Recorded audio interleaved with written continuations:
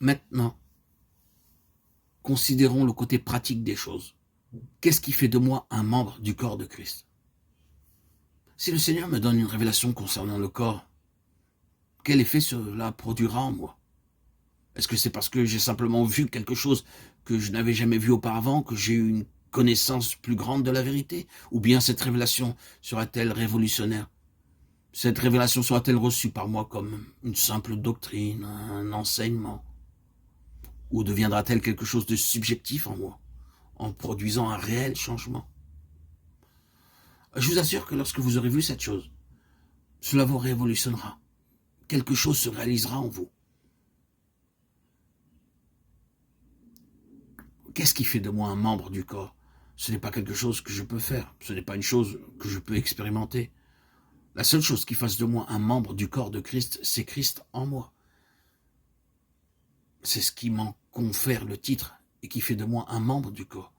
Si cela ne vous fait rien de considérer des illustrations matérielles, remémorons-nous encore ce pain. Ce pain n'est pas issu de vous-même, il ne vous ressemble pas du tout. Il en est de même d'un homme qui serait membre du corps de Christ.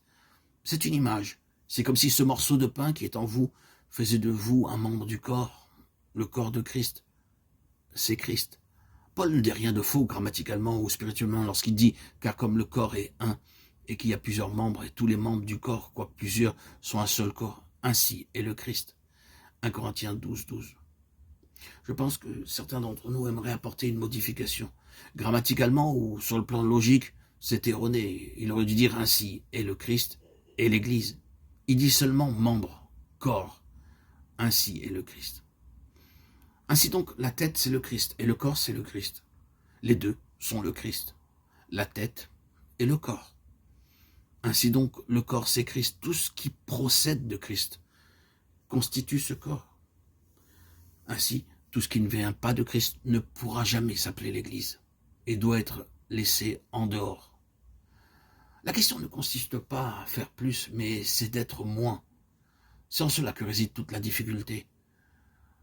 La question, ce n'est pas ce que je dois être ou expérimenter pour faire de moi un membre. Non, non. Vous êtes un membre, mais parce que vous en êtes un, alors beaucoup de choses doivent être délaissées. Si vous voyez la constitution spirituelle de ce corps, la divinité de ce corps, vous réaliserez que rien de vous ne peut le constituer. Il n'y a dans le corps que ce qui vient de Christ.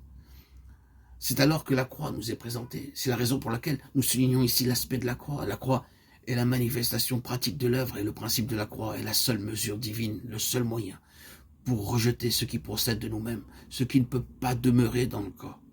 C'est la raison pour laquelle le Seigneur doit nous traiter dans beaucoup de domaines. Je ne parle pas ici des péchés. Je pense que ce serait rester à un niveau trop bas. J'espère que nous avons dans un certain sens dépassé ce stade. Ce que je voudrais dire, c'est que nous ne pourrons jamais apporter dans le corps ce qui vient de nous-mêmes, notre tempérament ou notre savoir-faire, par exemple. Vous verrez que Dieu vous touchera dans ce domaine. Parmi nous, certains ont de bons cerveaux. Nous croyons que grâce à ces capacités, nous pourrons avoir une meilleure maîtrise de la parole de Dieu et qu'ainsi nous serons de meilleurs serviteurs de Dieu. Mais il n'en est pas ainsi. Vous découvrirez que ce que vous aurez assimilé ne sera rien d'autre que la connaissance morte, alors qu'une simple sœur âgée assise dans un petit coin, sans beaucoup d'instruction, connaîtra, elle, quelque chose du Seigneur. Vous pouvez être pasteur ou serviteur, mais vous découvrirez lorsque vous serez devant elle que Christ se manifeste plus en elle qu'il ne le fait en vous-même. Vous réaliserez que ce que vous possédez, c'est une chose qui est en dehors du corps. Que le Seigneur nous préserve de simplement servir parce que nous avons un bon cerveau. Nombreux sont ceux qui, parmi nous, ont besoin d'être délivrés de l'influence de leur tête. Un salut avec un casque. Nous en avons besoin. Vos capacités, votre puissance naturelle n'ont rien à faire avec le corps. Tout cela doit être ôté. Dieu veut nous faire voir que la force naturelle, l'épine dorsale de notre force naturelle, doit être brisée. Tout cela n'a rien à faire avec le corps. Lorsque vous voyez cela de manière spontanée, vous réalisez alors que cela ne peut pas édifier. Cette chose n'a pas sa place dans ce domaine. Elle doit se retirer.